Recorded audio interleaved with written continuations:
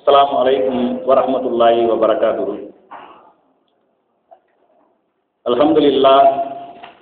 அல்ஹம்துலில்லாஹி நஹ்மதுஹு வ நஸ்தஈனுஹு வ நஸ்தக்ஃபிருஹு வ நு'மினு பிஹி வ நதவக்கலு அலைஹி வ நஊது பில்லாஹி மின் ஷுரூரி அன்ஃபுஸினா வ மின் ஸய்யிஆத்தி அஅமாலினா மை யஹ்திஹில்லாஹு ஃபலா முதில்ல லஹு வ மை யுத்லில்ஹு ஃபலா ஹாதிய லஹு. அஷ்ஹது அன் லா இலாஹ இல்லல்லாஹு வஹ்தஹு லா ஷரீக லஹு வ அஷ்ஹது அன்ன முஹம்மதன் அப்துஹு வ ரசூலுஹு அம்மா பஅத். ஃபகத் கால அல்லாஹு தஆலா ஃபில் குர்ஆனில் அலீம் வல் ஃபுர்கானில் மஜீத். அஊது பில்லாஹி மினஷ் ஷைத்தானிர் ரஜீம். பிஸ்மில்லாஹிர் ரஹ்மானிர் ரஹீம்.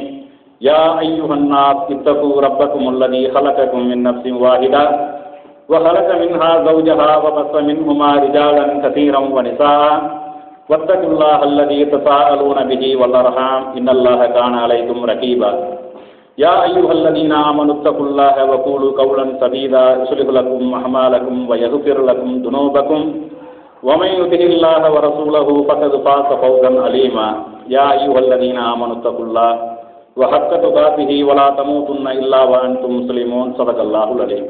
கால நபியுனா ஸல்லல்லாஹு அலைஹி வஸல்லம் இன்ன அஸ்தகல் ஹதீஸி கிதாபுல்லாஹ் வ ஹைரல் ஹதீ ஹதீ முஹம்மதின் ஸல்லல்லாஹு அலைஹி வஸல்லம் ஷர்ருல் உமூரி முஹதஸாத்துஹா வ குல்லு முஹதஸத்தின் பித்ஆ குல்லு பித்ஆத்தின் லலாலா வ குல்லு லலாலத்தின் ஃபின்னார். எல்லாம் வல்ல அல்லாஹ் சுப்ஹானஹு வ தஆலாவின் நல்லடியார்களே, குவைத் மண்டலம் ஏற்பாடு செய்திருந்த இந்த தர்பியா நிகழ்ச்சிக்கு வருகை தந்த உங்கள் அனைவரும் மீதும் அல்லாஹ்வுடைய சாந்தியும் சமாதானமும் என்றென்றும் நின்று நிலவட்டுமாக என்று பிரார்த்தித்தவனாக, தர்பியா ஏன் என்ற தலைப்பு எனக்கு தரப்பட்டிருக்கிறது. இந்த தலைப்பு ஏன் என்றால், நாம் ஒரு இயக்கமாக ஒரு குழுமமாக செயல்பட்டு கொண்டிருக்கக்கூடிய நம்மளுக்கிடையில் பரஸ்பர உறவு ஏற்பட வேண்டும். நாம் சார்ந்திருக்கக்கூடிய நிர்வாகம் நல்ல முறையில் செயல்பட வேண்டும். அதில் செயல்படக்கூடிய நிர்வாகிகள் நல்ல முறையில் செயல்பட வேண்டும். அவர்களுக்கு நாம் ஆக்கமும் ஊக்கமும் அளிக்க வேண்டும். அவர்களிடத்தில் நடைபெறக்கூடிய தவறுகளையும் நம்மிடத்தில் நடைபெறக்கூடிய தவறுகளையும் பரஸ்பரமாக திருத்திக் கொண்டு அல்லாஹ்விற்காக உலக தூய்மையோடு செயல்பட வேண்டும் என்ற ஒரே நோக்கத்திற்காகத்தான் இந்த தர்பியா நிகழ்ச்சி ஏற்பாடு செய்யப்பட்டுள்ளது. இதில் முக்கியமாக நிர்வாகிகள் என்று சொல்லக்கூடியவர்கள் மாநில நிர்வாகிகளாக இருந்தாலும் சரி, மண்டல நிர்வாகிகளாக இருந்தாலும் சரி, மாவட்ட நிர்வாகிகளாக இருந்தாலும் சரி, கிளை நிர்வாகிகளாக இருந்தாலும் சரி, இவர்களிடத்தில் இருக்க வேண்டிய சில ஒழுக்கமான பண்புகளையும் முக்கியமான அடிப்படையான விஷயங்களையும் எடுத்துரைப்பதற்காகவும் இந்த தர்பியா நிகழ்ச்சி ஏற்பாடு செய்யப்பட்டுள்ளது. அதில் முக்கியமாக எனக்கு வழங்கப்பட்டுள்ள தலைப்பினுடைய ஒரு அடிப்படையான நோக்கம் என்னவென்றால், பிற இயக்கங்களிடம்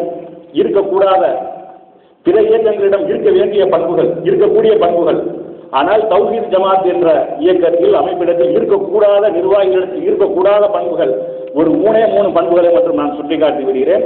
அதற்கு பின்னாடி வரக்கூடியவர்கள் அதை பற்றி விரிவாகவும் தெளிவாகவும் உங்களுக்கு எடுத்துரைப்பார்கள்.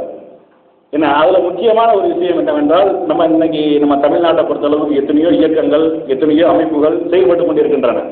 ஒவ்வொருத்தரும் தங்களுடைய ஒரு அடிப்படையான கொள்கைகளை பேசிக்காக வைத்து செயல்பட்டு கொண்டிருக்கிறார்கள். அவர்கள் சமுதாயம் சார்ந்தவர்களாக இருக்கிறார்கள். சிலர் கொள்கையை சொல்லி மக்களை வழிநடத்தக்கூடியவர்களாக இருக்கிறார்கள். ஆனால் இவர்களுக்கெல்லாம் சில அடிப்படையான அஜெண்டாக்கள், சில கொள்கைகள் இருக்கிறது. அதுல என்ன முக்கியமான கொள்கையை அவர்கள் வைத்துக் கொண்டிருக்கிறார்கள் என்றால், அவர்கள் லஞ்சம், ஊழல், ஏமாற்றுவது, மக்களை காட்டி பணம் சம்பாதிப்பது, இப்படி சில கொள்கைகளை அடிப்படையாக மையமாக வைத்துக் கொண்டிருக்கிறார்கள். இது அவர்களுடைய அடிப்படை அஜெண்டாவாக இருக்கிறது. பொதுவாக சாராயம் விற்று பிழைப்பவனை எப்படி நம்ம தவறு என்று சொல்கின்றோமோ, விபச்சாரம் செய்து பிழைப்பவனை எப்படி தவறு என்று சொல்கிறோமோ, அது மாதிரி சமுதாயத்தை காட்டி பிழைப்பவனும் மிக கீழ்த்தரமான ஒரு செயலில் தான் ஈடுபட்டு கொண்டிருக்கிறார்கள். ஆனால் இது அவர்கள் அடிப்படையாக வைத்துக் கொண்டிருக்கிறார்கள். சமுதாயத்தை காட்டி நாம் லாபம் சம்பாதிக்க வேண்டும், சமுதாயத்தை காட்டி நாம் ஆதாயம் அடைய வேண்டும், சமுதாயத்தை காட்டி நாம் அரசியல் அதிகாரம் பெற வேண்டும் என்பதற்காக சமுதாய மக்களை ஒன்று கூட்டுவதும், அவர்களை மக்கள் மத்தியில் விலை பேசுவதும், அரசாங்கத்திடம் விலை பேசுவதும், அதற்காக எங்களுக்கு என்ன கிடைக்கும் என்று அவர்களிடத்தில் பேரம் பேசுவதுமாக இப்படி சில இயக்கங்களுடைய சில நிலைப்பாடுகள் இருக்கின்றன. இது பேர சொல்லியே சொல்வதாக இருந்தால் மாமாக என்று சொல்லக்கூடிய ஒரு அமைப்பிடம் சர்வசாதாரணமாக இருக்கிற நம்ம பார்க்கிறோம். அதே மாதிரி இன்னைக்கு SDPI என்று சொல்லக்கூடிய ஒரு அமைப்பு ஏற்படுத்தப்பட்டு அவர்களும் இந்த அடிப்படையில் மக்களை காட்டி பேரம் பேசி தனக்கு என்ன லாபம் கிடைக்கும். இவர்கள் மக்களுக்கு போராடுவதற்காக இயக்கம் ஆரம்பிக்கவும் கிடையாது, அதற்காக இவர்கள் பாடுபடவும் கிடையாது. அங்கு இருக்கக்கூடிய நிர்வாகிகள் எப்படி வளம் பெற வேண்டும், நம்ம எப்படி பவனி வர வேண்டும், அரசியல் அதிகாரத்தில், பாராளுமன்றத்தில், சட்டமன்றத்தில் நாம் எப்படி உலா வரலாம், நம்மளுக்கு அந்த அந்தஸ்துகள், முனைவருங்கிற பட்டம், எம்எல்ஏ என்ற, எம்பி என்ற, வார்டு கவுன்சிலர், இப்படி போன்ற பட்டங்கள் பதவிகள் கிடைக்கும் என்ற ஒரே நோக்கத்திற்காக இப்படி இயக்கங்கள் செயல்பட்டுக் கொண்டிருக்கிறார்கள். ஆனால் இவர்கள் இந்த தௌஹீத் ஜமாத்தில் அப்படி ஒரு இது இருக்கலாமா? இருக்கவே கூடாது. இந்த மாதிரி பதவி ஆசைகள் மக்களை காட்டி சம்பாதிக்க வேண்டும், மக்களை காட்டி தன்னுடைய வருமானத்தை உண்டு பண்ண வேண்டும் என்ற ஒரு எண்ணமும் அடிப்படையான அந்த சிறு எண்ணம் கூட தௌஹீத் ஜமாத்தினுடைய மேல இருந்து கீழே வரைக்கும் உள்ள நிர்வாகிகளுக்கு இருக்கவே கூடாது, குடிகொள்ளவே கூடாது. ஏன்னா நம்ம குர்ஆன் ஹதீஸ் என்ற பேஸ்ல உருவாக்கப்பட்டவர்கள், அடிப்படையில் உருவாக்கப்பட்டவர்கள். அல்லாஹ்வும் அவனுடைய தூதரும் எதை காட்டி தந்தார்களோ, எதை சொல்லி தந்தார்களோ, எதன்படி மக்களுக்கு அழைப்பு கொடுக்க சொன்னார்களோ அந்த அடிப்படையில் செயல்படக்கூடிய நம்ம இடத்துல இப்படிப்பட்ட பண்பு இருக்கக்கூடாது. இது நபி ஸல்லல்லாஹு அலைஹி வஸல்லம் அவர்கள் அந்த மக்களை எப்படியெல்லாம் சமுதாயத்திற்கு பயன்படுமோ, அந்த மக்களை காட்டி எப்படியெல்லாம் அந்த மார்க்கத்தை வளர்ந்தர செய்ய வேண்டுமோ அதற்காக பாடுபட்டார்களோ அப்படி ஒரு இயக்கத்தை உருவாக்குவதுதான் நம்மளுடைய அடிப்படை நோக்கமாக இருக்கணுமே ஒழிய மக்களை வைத்துக்கொண்டு நம்ம என்ன செஞ்சிடக்கூடாது. நம்மளுக்கு என்ன ஆதாயம் கிடைக்கும்? நபி ஸல்லல்லாஹு அலைஹி வஸல்லம் அவர்கள் அந்த சமுதாயத்தை வைத்து லாபம் சம்பாதிப்பதாக இருந்தால், ஆதாயம் அடைவதாக இருந்தால் எத்தனையோ வகைகள் ஆதாயம் அடைந்திருக்கலாம். அவர்கள் தங்களுடைய வறுமை நிலையில் இருந்தாங்க, கஷ்டப்பட்டு கொண்டிருந்தாங்க, ஏழ்மையான ஒரு காலத்தில் செல்வந்தராக இருந்தாலும் பின்பு ரொம்ப ஏழ்மையான ஒரு நிலைமையில இருந்தாங்க. ஆனாலும் அந்த மக்களை வைத்து நபி ஸல்லல்லாஹு அலைஹி வஸல்லம் அவர்கள் தன்னை வளப்படுத்திக் கொண்டார்களா என்று நம்ம பார்த்தோமையானால் இல்லவே இல்லை. ரசூல் ஸல்லல்லாஹு அலைஹி வஸல்லம் வாழ்க்கை வரலாறு நம்ம பார்த்தோமையானால் இன்றைக்கு உள்ள அரசியல் தலைவர்கள் இருக்காங்கல்ல, அவருக்கு நேர் மாறான இன்னைக்கு உள்ள அரசியல் தலைவர் என்ன, ஆரம்பத்தில் பிச்சைக்காரனா இருப்பான், ரோட்டு வெளியே பிச்சை எடுத்துக்கிட்டு இருப்பான், ஒரு அரசியல் கட்சியில உள்ள போவான், கீழ் மட்டத்திலிருந்து மேல் மட்டம், அப்புறம் ஒவ்வொன்றா ஏறி போகும்போது கடைசியில் ஒரு 5 வருஷ வாழ்க்கை முடிவுல அவனுடைய நம்ம இதை பார்த்தோமையானால், அவனுடைய வாழ்க்கை தராதரத்தை நம்ம பார்த்தோமையானால் அவன் எங்கேயோ போயிருப்பான். பல லட்சங்களுக்கு பல கோடிகளுக்கு அதிபதியாக இருக்கக்கூடியவர் நம்ம பார்த்து கொண்டிருக்கின்றோம். ஆனால் நபி ஸல்லல்லாஹு அலைஹி வஸல்லம் அவர்கள் எப்படி இருந்தார்கள்? தன்னுடைய அந்த நபியாவிற்கு முன்னாடி மிகப்பெரிய ஒரு வியாபாரியாக இருக்கிறாங்க. அதற்கப்புறம் அவங்க அந்த திருமணமானதுக்கு அப்புறம் மிகப்பெரிய ஒரு கோடீஸ்வர பட்டியலில் வந்துடுறாங்க. நபியா ஆகி அதுக்கப்புறம் கடைசியில் அவர்கள் மரணிக்கக்கூடிய நிலைமையில என்ன நிலைமை? தன்னுடைய போர் கவசத்தை ஒரு யூதரிடத்தில் அடமானம் வைத்து விட்டு அதை திருப்ப முடியாத ஒரு நிலைமையில, திருப்புறதுக்கு உண்டான வசதி வாய்ப்புகள் இல்லாத ஒரு நிலைமையில மரணிக்கிறார்கள் என்றால் இப்படி ஒரு தலைவரை பெற்றிருக்கக்கூடிய தௌஹீத் ஜமாத். ஏன்னா மற்றவங்கள்ட்ட கேட்கும்போது உங்களுடைய தலைவர் யாருன்னா என்னுடைய தலைவர் மாமா வைகோல்லாம் சொல்லி போயிட்டாங்க. ஆனால் நபி ஸல்லல்லாஹு அலைஹி வஸல்லம் அவர்களை தலைவராக ஏற்றுக்கொண்டிருக்கக்கூடிய இந்த சமுதாயம் இந்த அடிப்படையில் இருக்க வேண்டும். மக்களிடமிருந்து தனக்காக எந்த ஒரு லாபத்தையும் அடையாத ஒரு தலைவரை நாம் தலைவராக ஏற்றுக்கொண்டிருக்கின்றோம், அவர்களை நாம் பின்பற்றி கொண்டிருக்கின்றோம். அதனால நம்முடைய முக்கியமான பேசு மக்களை காட்டி நம்ம எந்த வகையிலும் ஏமாற்றக்கூடாது. பல லட்சக்கணக்கான மக்களை நீங்க கூட்டுறீங்க, உங்களுடைய அந்த தௌஹீத் ஜமாத்தினுடைய அழைப்பை ஏற்று எல்லா இடங்களையும் ஒரு சிறு போராட்டம் 2 நாள் கேப்ல அறிவிக்கிற போராட்டத்தை மக்கள் எப்படித்தான் குழு போராட்டம் தெரியல. இதை வைத்து விட்டு உங்களுக்கு என்ன வந்துடக்கூடாது, நிர்வாகிகளாக இருக்கக்கூடிய நமக்கு இங்கேயும் நம்ம நடக்கிறதா இல்லையா? இந்த குவைத் மண்டலத்திலையும் 2 நாள் 3 நாள் ஒரு இதுல ஒரு வாரம் சும்மா நம்ம வெள்ளிக்கிழமை நமக்கு லீவு, அப்பதான் நம்ம அறிவிப்பு செய்யறோம். ஆனா நம்மளை அடையாத மக்கள் ஒவ்வொருத்தர் மூலமா சென்று நாம ஒரு இயக்கத்தை ஒரு நிர்வாகம் கூடுவோமே ஆனால் நாம ஒரு நிகழ்ச்சிக்கு ஏற்பாடு செய்வோமே ஆனால் மக்கள் என்ன செஞ்சிடறாங்க, குழுமமாக நம்ம பார்க்கலாம். இந்த குவைத்திலையும் மற்ற இயக்கங்கள் அட்ரஸ் இல்லாத பேர் இல்லாத இயக்கங்கள் எத்தனை பேர் இருக்கிறாங்க. அவர்களுக்கெல்லாம் மக்கள் கூடுவதை விட தௌஹீத் ஜமாத் கூடுவதற்கு என்ன காரணம்?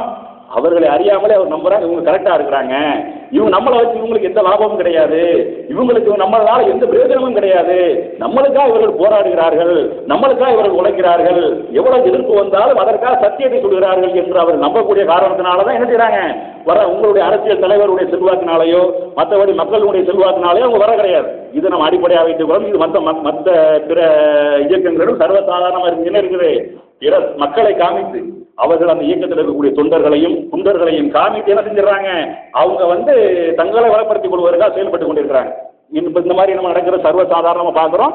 இது எல்லா இடத்துலையும் நடந்து கொண்டிருக்கு. அந்த அரசியல் கட்சிகள் எல்லா இடத்துலையும் நடந்து கொண்டிருக்கு. சர்வசாதாரண சமுதாய இயக்கங்கள் என்று சொல்லக்கூடிய அத்தனை பேர் இடத்திலும் இருக்கிறது.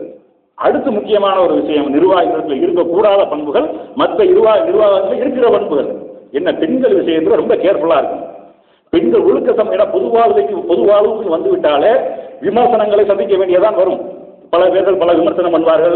நேர்மையாக இருந்தாலே என்ன செய்யும், விமர்சனம் தான் பண்ணுவார்கள்.